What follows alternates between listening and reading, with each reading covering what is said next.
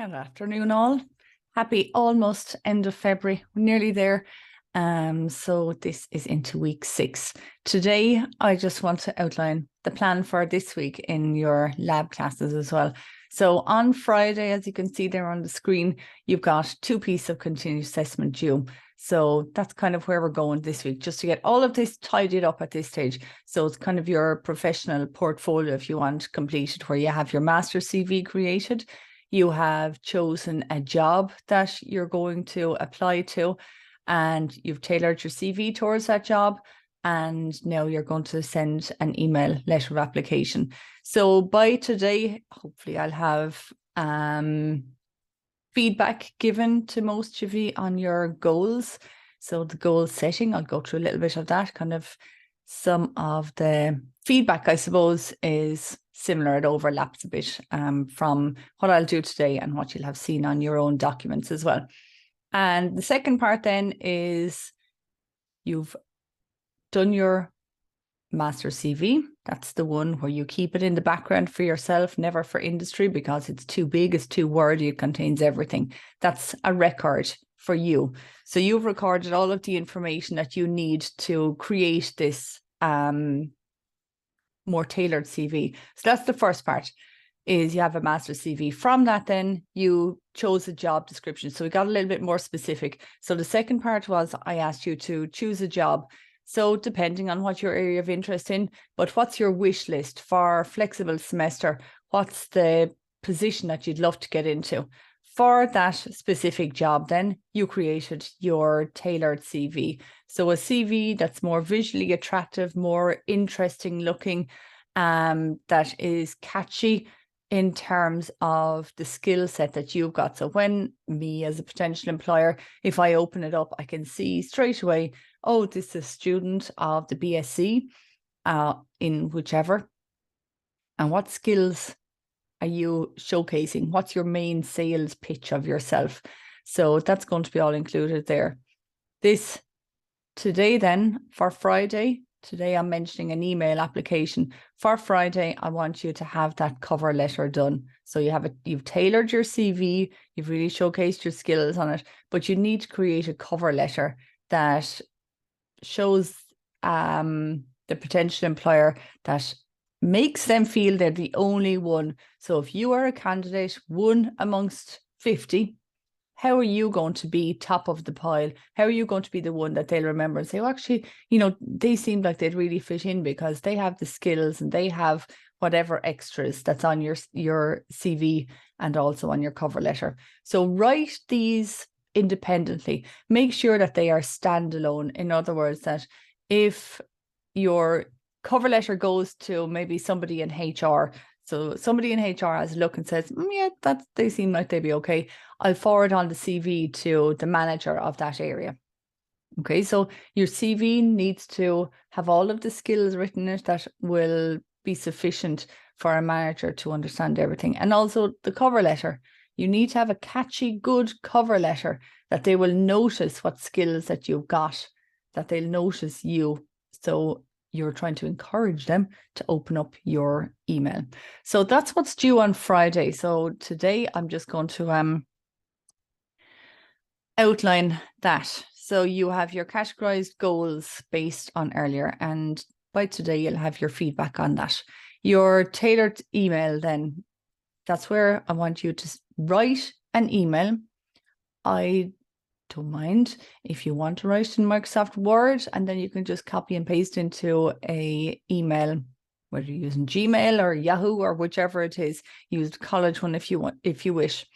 So I want to see who you're sending it to, what address you're sending it to. That has to match with the placement details that you've given me. You can CC yourself on it or blind copy yourself on it so that you'll have a record of it. Make sure you have your subject field on it, and then you have the correct contents inside in your cover letter. Okay, so going on to the first part is to have a look at the goals that you have written. So as a BSc student, what goals did you decide on? I do want some of the goals to be related to your course. are all facing into flexible semester. What's your goal of flexible semester? What would you like to get from it? What is a goal? Get to know more about industry, get to know if you like a particular area or not, get to learn a bit more of a programming language, whatever it might be. You decide on that. So your goals should relate to, some of them at least, should relate to your course. And yes, it's perfectly fine and absolutely 100% acceptable to have a goal being that you want to pass your driving test, or that you want to move to the States or wherever it might be. And that's fine. That's a goal. And what I'm looking for is that you use the SMART technique. So again, it's all based on this SMART technique. So you're still making sure it's specific and measurable and attainable and relevant and timely. So you end up with having, you're going from, I suppose, you're going from the broad, oh, I wish I could drive, into the more focused. So in terms of like that, you want to learn to drive, well then how can you get there? So what are the steps that you need to take? So creating this SMART technique kind of shows you what steps that you need to get to that goal, to make that goal achievable. So I just wrote a little short goal, right? I said a short-term goal here. And if you go back into the document that I gave you on your website, pretty much make sure you're looking at this. Make sure that you answer it. So answer the sections that are in here, okay? Answer the questions that are in here. Does your initial goal at the minute, this initial goal isn't really any questions. This is your broad, okay? Oops, if I spell that right, it would be better. So this is your broad goal, right? And what we want to do is to make it more achievable, more focused, more relevant, and more attainable. You know, that you are, how can I get to that goal? What are the steps that I need to get? And by the end of it, you'll have a more focused, right? So you have a broad goal, and then you have a more focused goal by the end of it. So at the moment, this is your broad goal. You write it out. I want to be more organized for classes. Okay, there's my broad goal, my wish, right? If you think about this, that it's just your wish, because we don't really have a step to get there yet. So yeah, oh, I wish I was more organized. How many of you have ever said that? So my wish here is I want to be more organized for classes. How can I write a better way, a more detailed view of this wish? That's what your goals are. So let's start off by the S for specific. And this is where I'm saying to answer these questions. So make sure that you answer these questions. What do you want to accomplish? Who needs to be included? When do you want to do it? Why is it a goal? Why? There's a good question, right? Always make sure you have the why in it. I want to be more organized because, and for mine, I said, I don't want to fall into last minute pressures like last semester. So I need to start scheduling my CA dates, right? So if any of you have ever in your lives done the last minute pressures, you know it's not nice. So I'm deciding what to write a goal. I need to be more organized for classes and for hand updates, and just get my focus right and get it better, improve my organization skills. So that is what it is. That's why. There's my why. Because I felt stressed out last semester. I didn't enjoy the part of not being organized enough. And this time around, this semester, I want to improve on that. The measurable, how can you measure it? I'll be able to measure it because I'll know I'm happy. So instead of saying last minute, fire it in, oh look, it'll be grand, you know, I'll pass it, it'll be grand. But what if you want to do more than pass? That you want to have good quality, you want to be happy with your work, you want to have satisfaction with what you're sending in. In that case, you want to be more organized, and that'll lead into that. It's like having job satisfaction. You know, if you're more organized for work, for getting up in the morning, for classes, for having your lunches made, whatever it might be. It just gets you in a better mindset. Okay, so that's me. I have decided that I want to be more organized for class, and I want to be happy with my quality of the assignments that I'm sending in, and I want to make sure that I reach all my deadlines. That's how it's going to be measurable, right? I want good quality, and I want to have them all before the deadlines. Is it achievable? Okay, I want to be more organized for class. Is that achievable? Of course it is. But how can I get there? So do you have the skills? Is there something in particular that I need to get that skill? If not, how can I get the skill? Maybe, let's say, driving lessons, whatever it might be. So do you need to do something extra to get the skill? For this particular one, not really. What's the motivation? That's back to, again, what's going to motivate me to get this done? What's going to be the helping hand for it? Is the amount of effort, is this just a big dream? Am I actually going to be able to do it? Or is it just a bit silly because, right, this is far too big. I need to scale back a bit and make it a bit small.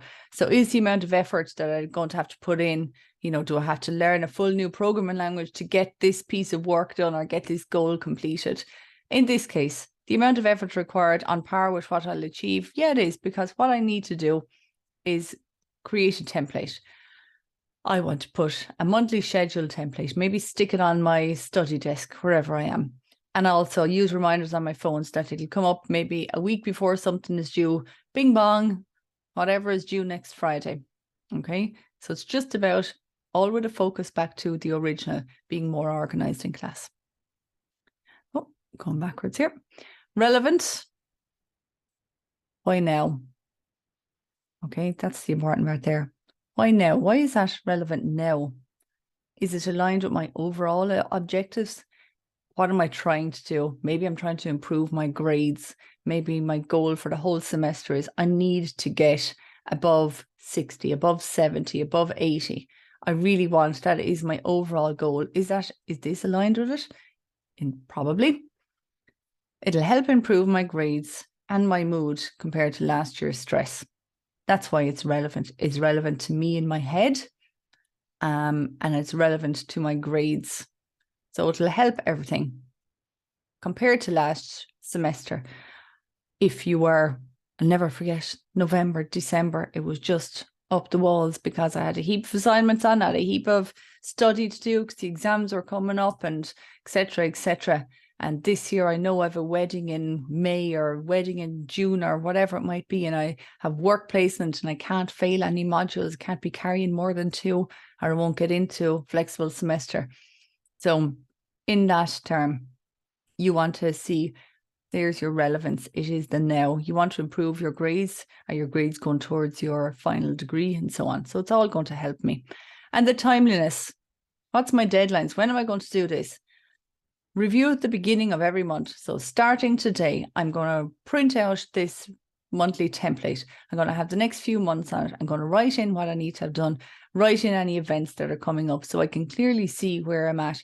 And if I have a confirmation on whatever weekend, well, then that's a wiped out, because I need to make sure I get a piece of work finished the week before, during the week, or whatever it might be. So again, it is reviewing and keeping everything up to date.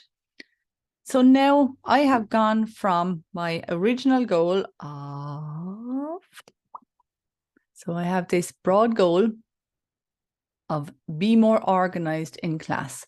And now I'm after focusing it and creating. So this be more organized in class. Yeah, grand, nice as a wish list, but in real world, for it to be a goal that I can do something about it, here's my actions that are included. So now my goal reads, by completing a monthly schedule template at the beginning of each month, I'll improve my organization skills by being well prepared for all deadlines, therefore improving my grades and my stress levels. Okay, so that's what I'm looking for you to do, is to go through the gray sections of each of these, have a look at what is being asked on each of the gray sections for the specific, for measurable, for achievable. And what you're doing now is you're creating a much better goal. So it's a more focused goal because I can see what I need to do, when I need to do it, what am I going to get the benefit at the end of it. So now I have a more focused goal written. Okay. If you're still a bit unsure about any of that, ask me. We have plenty of time now in the labs this week. So ask me if you're having any trouble. And look at your feedback as well. So that is the first part. That's the first piece of continuous assessment that's due for Friday. Next up then is the cover letter. So the second CA is to tailor an email. So I'm writing an email to Nearform, Red Hat, Yahoo, Google, whoever it might be, Facebook, and I want to apply for a job. Okay, so I want to apply for an internship position. That's what we're gearing at. So this is the stage. So yeah, you've got your email or your CV done. 1-2 page is perfectly fine. If you get it to 1 page and it's neatly aligned and it's very clear, then that's perfect as well. If it's 2 pages, absolutely no problem, but not more than that. There's none of you that should have so much text in your CV that it runs onto a 3rd page. So this will and is a max of 2 pages. Employers will be totally zone out of it if they see a big long CV coming into them. They just want to get a general idea of who you are. Do you have the skills? Does it come across? Do you have the motivation, the enthusiasm to become part of their company, to be a good fit for their company? So here for Friday, you want your potential employer to see the email first. And this is going to be the cover letter part. So in here, you have this cover letter. That's what we're going to write. So it's a cover letter, but it's really an email. So it's in an email format. What it is the first time they're introduced to you. Okay, take it as that. So it allows the employer to get a comprehensive look at who you are, why you think you're qualified for the position. So it is the first impression. Don't forget that. So you want to take advantage of this opportunity of it being the first time you're introducing yourself to them, and you want to prepare them for your application. You want to say who you are, why you're writing, why you feel you're a good fit for the company, what you want to get from placement. So what do you want to learn from it as well? And what's your call to action? When are you going to contact them again? So again, it is this word of connecting. It's the matchy-matchy. Right. So matchy-matchy, because what you're doing is you have the skills. You want to show that you have whatever skills that they're looking for, whatever skills that company is involved in or uses, that you match them. You have the skills. What if I don't have the skills? They program using Python, never used it before. Well, then you say, although I have never used Python before, and I see from your website that you use Python in a lot of your programming, if I have the opportunity to work in your company, I will upskill myself. I will do a weekend course. I will read a book. I will practice Python before beginning with you. And I'd love the opportunity to get hands-on experience in it. So you always match with what they might be looking for. So this is all with a view to you writing an email to let them know, for starters, who you are. Not your name, that's on the email already. I am a year 2 student of the Bachelor of Science in IT, Creative Computing, Multimedia Application Development in SETU Waterford, and I'm currently seeking an opportunity to work in the name of the company for my upcoming internship. Beginning when, ending when, that'll be up to you to decide. Remember that from the college's perspective is you need to match in with the semester. So it's 12 weeks minimum, but really you're free for a full 6 months, because you could, if you are confident and if you know you've passed all of your grades, then you could start in June and you could work your whole way up if you wished until January. So you can decide on what time scale that you're working with. So your name, who you are professionally, academically. Why you're writing, you can get all that in that I just mentioned. I put it all in one sentence. You're writing because you're interested in an opportunity to working in the name of the company. Don't forget, always put in the name of the company so they know the cover letter is for them. Why? Why them? Specifics. Why them? Is it because they're using technologies you're interested in? And also they're located close to your home. Also they're whatever, you decide. They have got a recent award. They were involved in a community, whatever it might have been, something that is close to your heart. They have values that match yours. You decide. Why them? So the specific position and the specific company, and you can see it's the word specific there is what I have in bold, because you need to let them know, or at least make them feel that they're the only opportunity that you really want. They're the ones that you're gearing towards. What makes you qualified? Probably mostly your BSc will be your hard skills, right? They will be your hard or your technical skills, but also you've got your soft skills. What soft skills have you got? What experiences have given you these? Okay, so if I write the word experiences and put a question mark, that experience can be from the college, it can be from life, it can be from school, it can be from work, it can be from projects that you've done. Okay, so you decide on what the soft skills. So you've your hard skills and you have your soft skills. That's what makes you qualified. You are all well qualified to go into an internship position. Okay, you're very well qualified. You're in a strong position. You have a BSc studying for it, and you've also got all of the soft skills. It's just about you thinking about what are the experiences that link them all together. If they ask you, can you tell me about a time when you showed your good listening skills that you've written on your CV? Be able to link it to an experience. What other experiences then have prepared you for the role? So, do you like to take a leadership position? Are you a good team player? All of these things are totally relevant. WIT. To update that. I forget still. So you have this from your own documents from earlier on. So make sure you're covering each of these sections. Make sure they can see what skills you've got. Make sure it comes across that you are enthusiastic, motivated, eager to learn. All of these words, because companies are expecting you to come in with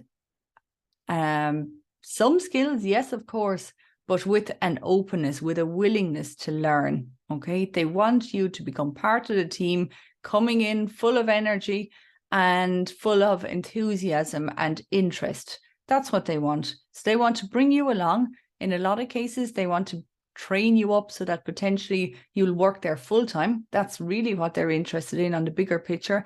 And maybe can you get that across on your cover letters? That I would love to work for Red Hat because, Linux has always been an interest of mine since the computer systems module in first year, where we had an opportunity to do X, Y, and Z. And this is where I would see my career goal being. Do you have your career goal as part of your goals? It should be there as well. So from that then, from a cover letter, you describe what you want to learn and why. Usually the why is because of your career goal. So what is your career goal? Have you written that in? Have you included that? So your career goal should be included as part of your goals, and that should link into an opportunity for placement then as well. Okay, so that text. Make sure you're covering all of these sections.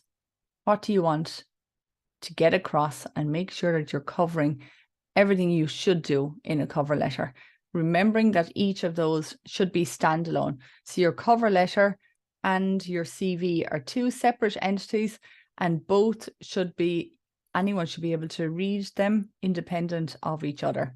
So I will get a general idea of who you are from your cover letter, and I say, oh, I'll send that on actually. Do you know what? Marion tech support will be interested in seeing the CV. So maybe I don't send her on the cover letter at all, and I just send her the CV. So that's why they need to be standalone, is because you need to remember that this can be read by one person and your CV can be read by a totally different person. Okay, so you need to make sure that both of them showcase your skills. So to finish up with, you have your cover letter. You can use any of these phrases. There's more on your website from the last day as well. So you can make use of any of these phrases just to bring some context into your cover letter. So the first thing that you're doing for Friday is your goals. Okay, have a look at your goals. Is there any you'd like to revise now? Is there any of them you'd like to improve on? Is there any additional ones? Oops, I forgot the career goal. I forgot to write anything about what my goal of internship is about. What is your goal of internship? You'll all be arriving on with different goals. You know, some of you might have technical goals. I want to work there because I want to learn that language. I want to get more experience with skills in whatever it might be, a piece of software. Maybe you've also got goals of, I want to know more about the industry. I want to create more contacts, more connections. I want to know how it works in a hands-on project that, you know, from college. Unfortunately, I won't have the experience of getting too much hands-on experience with this because there isn't any more modules or whatever it might be. And I would really hugely value an opportunity to get placement in your company. Make sure you name it. Because, why? Because I'd like to be part of a team, part of a strong team that uses the software, the tools, the technologies, and so on. So you have your goals is the first part. So in terms of that's in your CA. So the goals and also then your letter. So, So your letter is an email. So an email application, cover letter, any of those, whatever you want to call it yourself. So this one is the cover letter. And for the CA, I want you to format as an email.